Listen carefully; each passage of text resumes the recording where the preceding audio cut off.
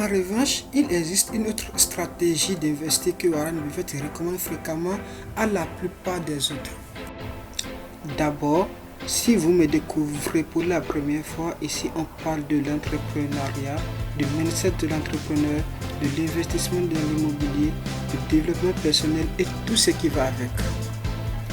Si vous êtes nouveau sur la chaîne, je vous invite à vous abonner et à activer la cloche de notification pour ne plus rater aucune de nos vidéos. À présent, allons dans le vif du sujet.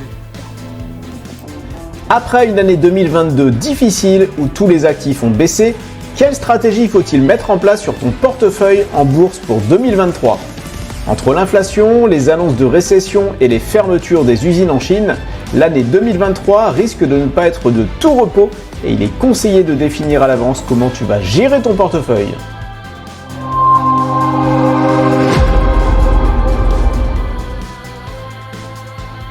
L'année 2023 commence dans un contexte économique et géopolitique relativement lourd et incertain. Il y a 3 facteurs principaux que l'on connaît aujourd'hui et qui vont avoir un impact majeur sur les cours boursiers pour les mois qui viennent. C'est important de les identifier dès aujourd'hui pour savoir quelle stratégie appliquer. Je rappelle que je ne donne pas de conseils en investissement sur cette chaîne, que comme tout le monde, je n'ai pas de boule de cristal et que c'est à chacun de choisir et d'appliquer sa propre stratégie en fonction de la performance recherchée et de sa tolérance au risque. Ceci étant dit, voyons les 3 facteurs principaux qui vont sûrement avoir un impact majeur sur les cours boursiers pour les mois qui viennent. Le premier facteur, c'est l'inflation. Elle est toujours en augmentation en Europe et aux États-Unis, mais elle augmente de moins en moins vite et ce n'est qu'une question de temps avant que le pic soit atteint. L'inflation engendre un coût supplémentaire pour les entreprises quand elles fabriquent leurs produits, mais également sur les salaires qu'elles payent et qui augmentent régulièrement. Jusque-là, les entreprises ont plutôt bien réussi à augmenter leurs prix pour maintenir leurs marges, mais les prix ne peuvent pas monter jusqu'au ciel car au bout d'un moment, les consommateurs vont arrêter d'acheter si les prix sont trop chers. Il y a donc une incertitude plus forte sur les résultats que vont annoncer les entreprises et certaines d'entre elles risquent de réserver quelques mauvaises surprises par rapport aux attentes. Et donc, une baisse importante de leur cours de bourse est potentiellement à attendre. Le deuxième facteur, qui risque d'avoir un impact majeur sur les cours, c'est la remontée des taux d'intérêt. Un autre problème de l'inflation, c'est que quand elle est trop forte, comme c'est le cas en ce moment, il faut absolument l'arrêter avant qu'elle ne soit hors de contrôle. C'est la mission des banques centrales qui veulent refroidir l'économie afin de faire baisser l'inflation. Pour ce faire, leur outil principal est de monter les taux d'intérêt, ce qui a pour conséquence de renchérir le coût des prêts pour les entreprises et les particuliers.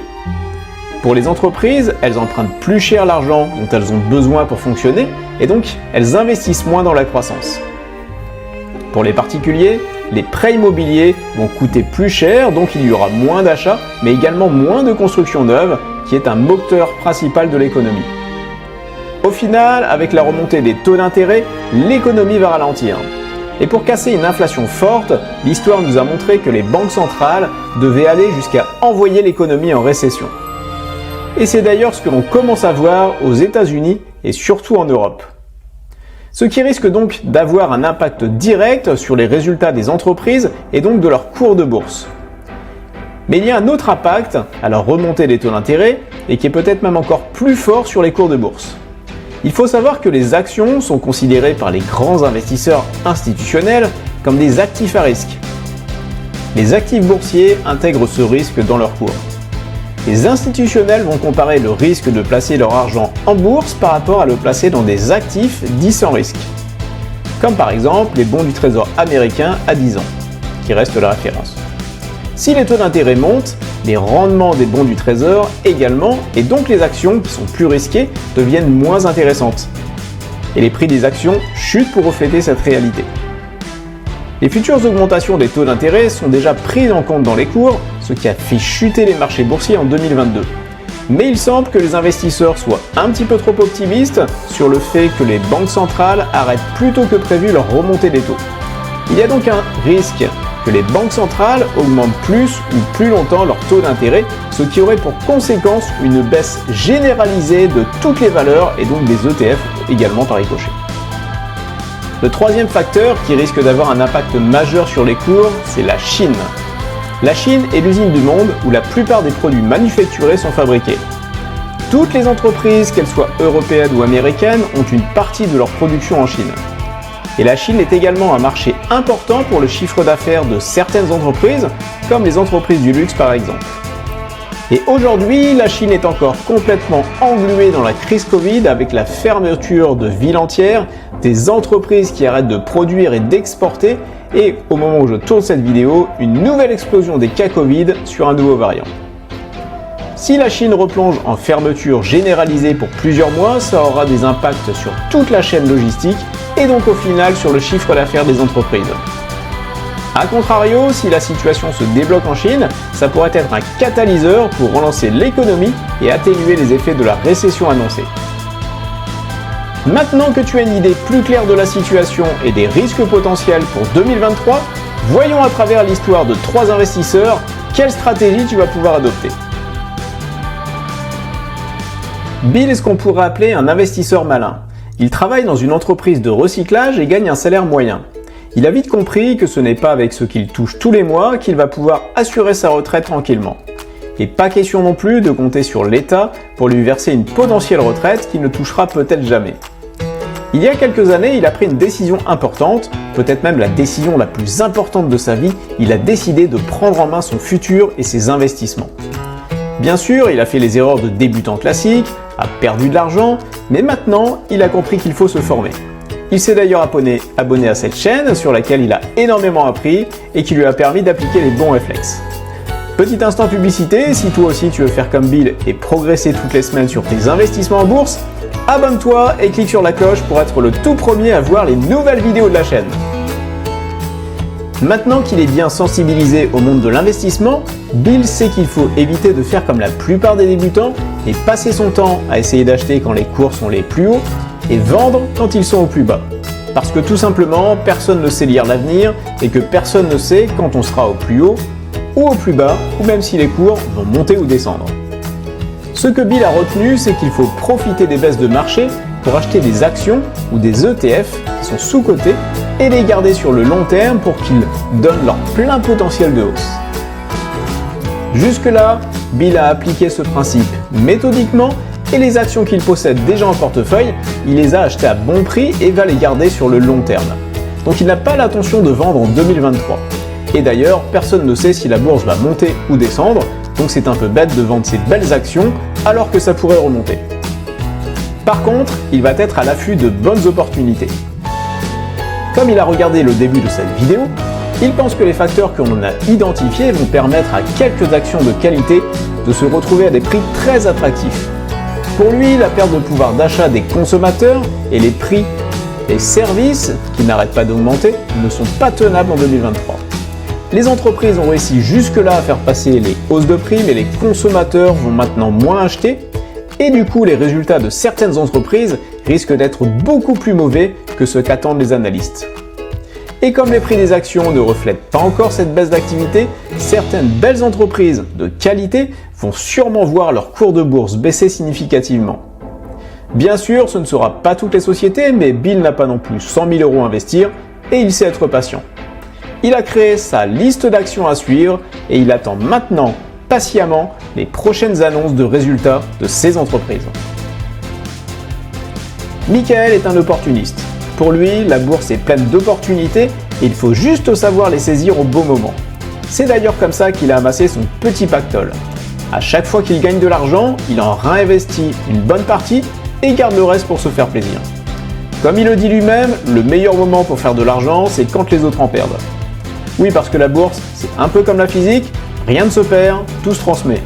Et la plus grande transmission d'argent se fait quand tout le monde panique, quand les portefeuilles prennent une teinte rouge vif et que les gens vendent tout. Michael a vu le début de la vidéo et il pense clairement que les risques dont on a parlé vont plomber méchamment 2023 ou du moins une partie de 2023. Il s'attend à une belle grosse baisse de 20% sur les bourses américaines et européennes. Et comme c'est un opportuniste, il a déjà tout vendu, son portefeuille, avant la prochaine baisse et possède maintenant une bonne grosse somme d'argent à dépenser. Il n'a plus qu'à attendre la baisse généralisée et ramasser les morceaux. Alors bien sûr, il y a les actions qu'il ne faudra surtout pas toucher, mais dans le lot, il y aura des belles perles que l'on peut acheter pour 3 fois rien. Et quelquefois, Michael ne s'en prend même pas la tête et achète carrément un ETF SP500 pour capitaliser sur la prochaine remontée de toutes les valeurs américaines. Il a d'ailleurs vu la vidéo de la chaîne pour choisir le meilleur ETF SP500. Michael n'est pas complètement fou pour autant, et s'il devait se tromper et que la grosse baisse ne venait pas, il y aurait suffisamment de vent contraire en 2023 pour acheter des belles entreprises au meilleur prix. René connaît une chose sur la bourse, c'est qu'il ne sait rien. Dit comme ça peut paraître un peu con, mais en fait c'est très important. René ne sait pas si demain les marchés boursiers vont perdre 20%, comme Michael le pense, ou bien s'ils vont monter, ou bien s'ils ne vont faire que monter et descendre. Il a bien compris qu'essayer de deviner où va le marché est le meilleur moyen de se planter. René c'est quelqu'un de simple, il n'aime pas se faire des nœuds au cerveau, passer des heures à élaborer des plans compliqués. Ce qu'il veut, lui, c'est gagner de l'argent simplement, sans prendre trop de risques. Et c'est ce qu'il fait. Pour lui, la bourse, c'est plutôt simple. Tous les mois, quand il touche son salaire, il en garde une partie, qu'il réinvestit dans les marchés. Il prend cette somme, il la découpe en 2 parties égales. La première partie, il la réinvestit dans un ETF monde, qui lui permet de capitaliser sur toute la croissance mondiale. Il a d'ailleurs vu la vidéo de la chaîne pour choisir le meilleur ETF monde. Comme il investit la même somme tous les mois dans cet ETF, sans se poser de questions, en DCA, ça lui permet de profiter d'acheter quand les cours sont bas et de profiter de la valeur de son portefeuille quand les cours remontent. Exactement le type d'investissement qu'il recherche. La deuxième partie de la somme qu'il investit tous les mois, il l'investit dans des actions à dividendes. Pourquoi des actions à dividendes? Eh bien parce que ça lui permet de toucher tous les ans de l'argent en plus. Ces actions à dividendes lui versent régulièrement de l'argent qu'il peut utiliser pour ses besoins personnels, s'il veut se faire un beau voyage par exemple. La dernière fois, ces dividendes ont bien aidé à compléter son billet pour son voyage en Égypte. Mais la plupart du temps, il réinvestit ses dividendes en bourse, et le fait de toucher de l'argent régulièrement le met à l'abri des fluctuations de marché. Si par exemple, en 2023, la bourse ne fait que du yo-yo, monter et descendre, tout en n'ayant pas de tendance particulière, René sera bien content de faire une belle performance avec ses dividendes. Que la bourse monte, descende ou fasse le yo-yo, il aura de l'argent tout frais pendant tout 2023 grâce à ses dividendes. Et tout ça sans rien faire bien sûr. Et ça René, il aime bien. Reste à me dire dans les commentaires comment tu vois 2023 et si tu souhaites investir dans les meilleures opportunités, regarde ce que Warren Buffett vient d'acheter.